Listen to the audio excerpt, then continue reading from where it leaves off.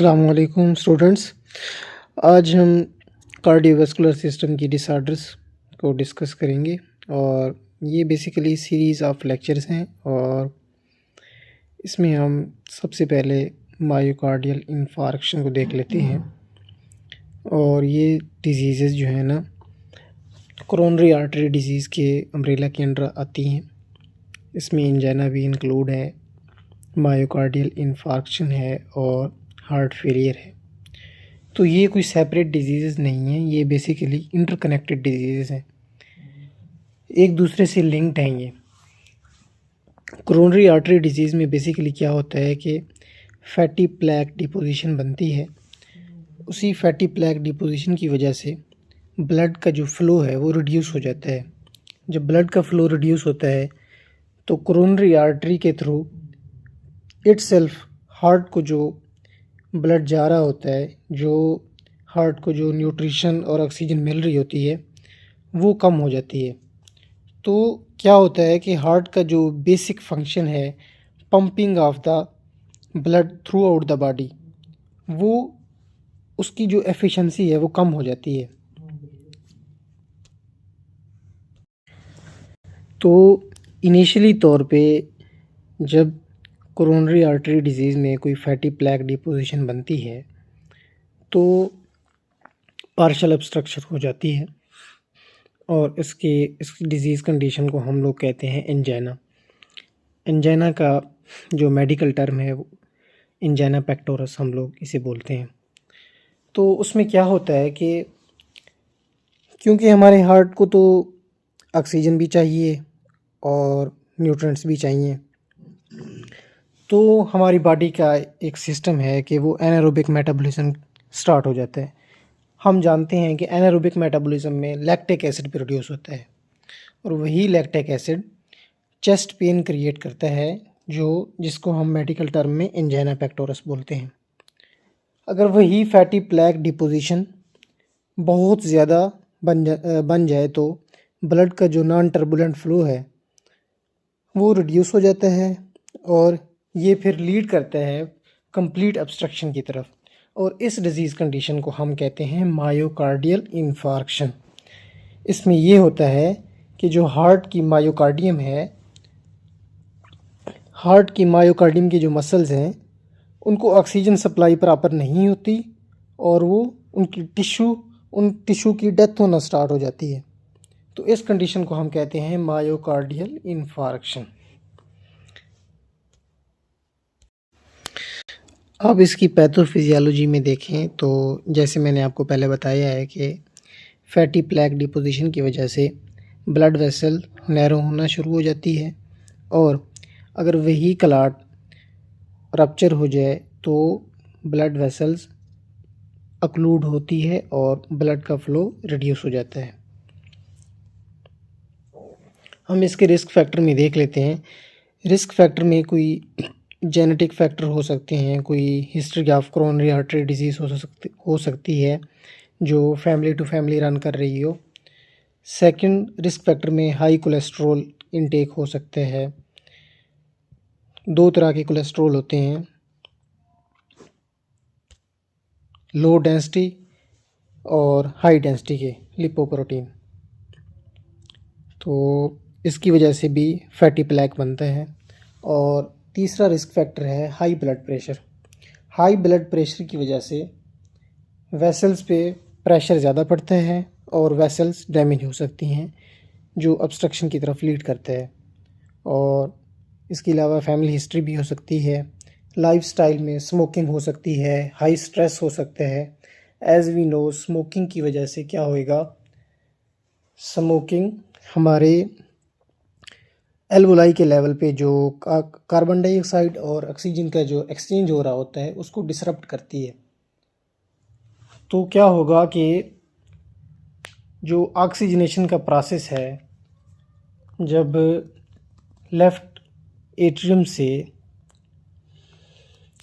Right atrium से blood lungs को जाता है तो वहाँ पे कार्बन डाइऑक्साइड बाहर एक्सपायरेशन के थ्रू निकलती है और ऑक्सीजन जो है ना लेफ़्ट एट्रियम पल्मोनरी वेन के थ्रू लेफ़्ट एट्रियम में आती है। तो वो प्रॉपर नहीं होगी। तो इस वजह से भी हार्ट को जो कोरोनरी आर्टरी के थ्रू ब्लड सप्लाई हो रही है वो इनफ नहीं होगी। इसके साइन एंड सिम्टम्स में हम मेल में इसकी सिम्टम्स डोमिनेंट होती हैं, क्योंकि मेल स्मोकिंग ज़्यादा करते हैं, स्ट्रेस ज़्यादा लेते हैं और स्ट्रीनियस एक्टिविटीज़ जितनी भी हैं वो ज़्यादा करते हैं। और क्योंकि हार्ट की जो मेल में जो हार्ट का साइज़ है वो 325 ग्राम है और फीमेल्स में बहुत कम है, तो ये फीमेल्स में इसकी रेशो बहुत कम देखने को मिलती है। मेल में जब हार्ट का साइज़ बड़ा होता है तो उसमें मायोकार्डियम भी बड़ी होती है, तो इस वजह से उसको ऑक्सीजन भी ज़्यादा चाहिए होती है। जब डिमांड ज़्यादा हो और सप्लाई कम हो तो एक इम्बैलेंस क्रिएट हो जाता है। तो इसमें क्या होता है कि रेट्रोस्टर्नल चेस्ट पेन होता है, जैसे मैंने आपको बताया कि एंजाइना स्टार्ट होता है शुरू में। ऐसे नहीं है कि एकदम से मायोकार्डियल इन्फार्क्शन के सिम्टम्स अपेयर होना शुरू हो जाते हैं, ये क्रोनिक एक कंडीशन है। तो वही चेस्ट पेन फिर लेफ़्ट आर्म की तरफ रेडिएट करते हैं और पेशेंट को शॉर्टनेस ऑफ ब्रेथ होती है, पैलर होता है, स्किन पेल होती है, क्योंकि एक्सट्रीमिटीज़ की तरफ जो ब्लड फ्लो है वो इफ़ेक्टिव नहीं जा रहा होता। इसके साथ साथ जीआई सिम्टम्स भी अपेयर होना शुरू हो जाती हैं। जीआई सिम्टम्स क्यों होती हैं? क्योंकि फ़ाइट एंड फ्लाइट रिस्पांस में बॉडी चली जाती है और सिम्पैथेटिक नर्वस सिस्टम एक्टिव हो जाता है। तो सिम्पैथेटिक नर्वस सिस्टम में हमें पता है कि जीआई अपसेट एक उसकी सिम्टम है। एनक्लेक्स कीवर्ड यहाँ पे ये है कि जहाँ भी आपको एमआई की एक वार्निंग साइन पूछी जाए तो उसमें क्रशिंग पेन होएगा। पेशेंट डिस्क्राइब ऐसे करेगा कि हम इजीली इसको समझ लेते हैं कि उसके हार्ट पे हाथी बैठ गई है। इसी तरह की कुछ सिम्टम अपेयर होती हैं और पेशेंट को स्वेटिंग होती है, क्योंकि सिम्पैथेटिक नर्वस सिस्टम की ये एक सिम्टम है और उसमें वेगस नर्व एक्टिव होती है। आपने ये याद रखना है। जैसे कि मैंने आपको बताया कि फ़ीमेल में हार्ट का साइज़ लेस होता है और बानिस्बत मेल के इनमें जो सिम्टम्स होती हैं वो एटिपिकल होती हैं, मतलब कि बिल्कुल ही ना होने के बराबर होती हैं या सिम्टम्स अपेयर नहीं होती या बहुत कम अपेयर होती हैं और वो ऑटोमेटिकली फ्रीक्वेंटली रिड्यूस भी हो जाती हैं। तो इनको जो सिम्टम्स अपेयर होंगी उनमें एक्सट्रीम फटीग है, शोल्डर और बैक डिस्कम्फर्ट हो सकती है, जीआई सिम्टम्स में हार्ट बर्न या एपिगैस्ट्रिक पेन होता है। आपने इन नॉन क्लासिक साइंस पे विजिलेंट रहना है और ये फिर एक्यूट एमआई या चेस्ट पेन की तरफ ले जा सकती हैं अगर सीवियरिटी की तरफ चली जाएं तो। हम डायग्नोसिस में क्लासिफाई करते हैं एमआई को दो कंडीशंस में, स्टेमी और नॉन स्टेमी। स्टेमी में ये होता है कि एसटी एलिवेशन एमआई और non ST elevation MI. ST elevation MI में कंप्लीट ऑब्स्ट्रक्शन हो जाती है, आर्टरी टोटल अक्लूड हो जाती है, ये सीरियस कंडीशन है। नॉन एसटी एलिवेशन एमआई में पार्शियल ऑब्स्ट्रक्शन होएगी, फ्लो रिस्ट्रिक्टेड होएगा लेकिन स्टॉप नहीं होगा। आप इसमें देखें कि जो एसटी एलिवेशन एमआई है उसमें जो एसटी सेगमेंट है ईसीजी में वो राइज होएगा, एलिवेट होएगा, उसमें टोटल ब्लॉकेज होएगी। और ये दूसरा जो है नॉन एसटी एलिवेशन एमआई, उसमें एसटी जो सेगमेंट है वो डिप्रेस होगा। तो इस तरीके से हमने इनको डिफरेंशिएट करना है। और डायग्नोसिस सेकंड हम करते हैं कार्डियक बायोमार्कर्स के थ्रू। कार्डियक बायोमार्कर्स में एक प्रोटीन है ट्रोपोनिन, ये तब रिलीज़ होगी जब मायोकार्डियम मसल्स को ब्लड सप्लाई या ऑक्सीजन सप्लाई कम होगी, तब ये प्रोटीन लीक आउट होती है कार्डियोमायोसाइट से। ये एक गोल्ड स्टैंडर्ड मेथड है। कि आपने 3 घंटे के अंदर अंदर इसका लेवल जो है ना राइज रहता है, और 0.03 से अगर इंक्रीज़ कर जाता है तो ये एक वार्निंग साइन है कि एक्यूट एमआई का एक सडन एपिसोड आया है।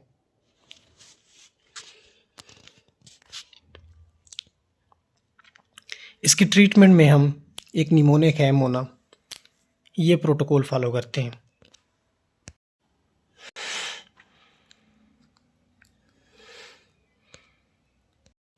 एमआई का इमीडिएट ट्रीटमेंट में हम मोना प्रोटोकॉल फॉलो करते हैं। मोना बेसिकली एक निमोनिक है। एम से मॉर्फिन, ओ से ऑक्सीजन, एन से नाइट्रोग्लिसरीन, ए से एस्पिरिन। एज वी नो कि एमआई ही मायोकार्डियल इन्फार्क्शन, एंजाइना पेक्टोरस ही मायोकार्डियल इन्फार्क्शन की तरफ लीड करता है। तो एंजाइना पेक्टोरस में हमने पढ़ा है जब एनारोबिक मेटाबॉलिज्म होती है तो लैक्टिक एसिड प्रोड्यूस होता है, और वही lactic acid severe crushing chest pain create करता है। तो उसको डील करने के लिए हम लोग मॉर्फिन देते हैं। ये एक स्ट्रॉन्ग एसिड है और पेन की जो सेंसेशन है, थ्रोबिंग सेंसेशन है, उसको रिलीव करता है और हार्ट के वर्कलोड को कम करता है। ओ से ऑक्सीजन। ऑक्सीजन हम क्यों दे रहे हैं? क्योंकि बॉडी में ऑलरेडी ऑक्सीजन कम है, हार्ट को ऑक्सीजन नहीं मिल रही, हार्ट के मसल्स को, तो हम सप्लीमेंटल ऑक्सीजन प्रोवाइड करते हैं ताकि जो टिश्यू हैं वो स्टार्व ना हो। एन से नाइट्रोग्लिसरीन। नाइट्रोग्लिसरीन हम क्यों देते हैं? क्योंकि जो वेसल्स हैं वो उनमें वैसोडाइलेशन हो और हार्ट का ब्लड का जो फ्लो है वो नॉर्मलाइज हो। ए से एस्प्रिन। एस्प्रिन हम इसलिए देते हैं कि हमने पढ़ा था कि फैटी प्लैक डिपोजिशन जो बनती है वो एक क्लॉट की सूरत में बन जाती है, तो ब्लड स्टिकी ना हो, उसकी स्टिकिंग को प्रिवेंट करने के लिए हम लोग एस्प्रिन देते हैं और ब्लड थिन रहे। फार्माकोलॉजिकल इंटरवेंशंस में हम थ्रोम्बोलिटिक्स थेरापी देते हैं। थ्रोम्बोलिटिक्स आपको नेम से ही ज़ाहिर हो रहा होगा कि थ्रोम्बस को ब्रेक डाउन करना, क्लॉट बस्टर्स। तो इसके लिए बेसिकली एक सफिक्स है एज, एटिप्लेज, रेटिप्लेज एंड स्ट्रिप्टोकाइनेज। इससे क्या होता है कि ये थ्रोम्बस या जो क्लॉट फॉर्मेशन होती है ये उसको तोड़ते हैं, ब्रेक करते हैं और ब्लड के फ़्लो को नॉर्मलाइज करते हैं, मीन के नॉन टर्बुलेंट फ़्लो। दूसरी इसकी सर्जिकल इंटरवेंशन में 2 प्रोसीजर्स हैं, पीसीआई एंजियोप्लास्टी या कैबेज। परक्यूटेनियस कोरोनरी इंटरवेंशन या कोरोनरी आर्टरी बाईपास ग्राफ्ट। तो इसमें ये होता है कि हम एक्सटर्नली स्टंट डालते हैं एंजियोप्लास्टी में, और जो फैटी प्लैक डिपोजिशन की वजह से और क्लॉट फॉर्मेशन की वजह से एक ब्लड का फ़्लो वो इफ़ेक्ट हो रहा था, अब वो इफ़ेक्ट नहीं होगा और ब्लड का फ़्लो रेगुलर होगा। वेसल्स को बेसिकली वाइड किया जाता है इससे स्टंट डाल के। और दूसरा है कोरोनरी आर्टरी बाईपास ग्राफ्ट, हम इसे कॉमन लफ्ज़ों में बाईपास भी कहते हैं। इसमें क्या किया जाता है कि एक न्यू पाथवे बनाया जाता है फॉर द ब्लड फ्लो। एक आर्टरी बॉडी के किसी पार्ट से कट करके ली जाती है और जहाँ पे ऑब्स्ट्रक्शन होती है तो वहाँ पे इसको रीरूट कर दिया जाता है ताकि ब्लड का फ़्लो रेगुलर रहे। मीन के दूसरे लफ्ज़ों में हम कह सकते हैं ये एक मैकेनिकल रिस्टोरेशन है ब्लड फ्लो की टू द हार्ट मसल।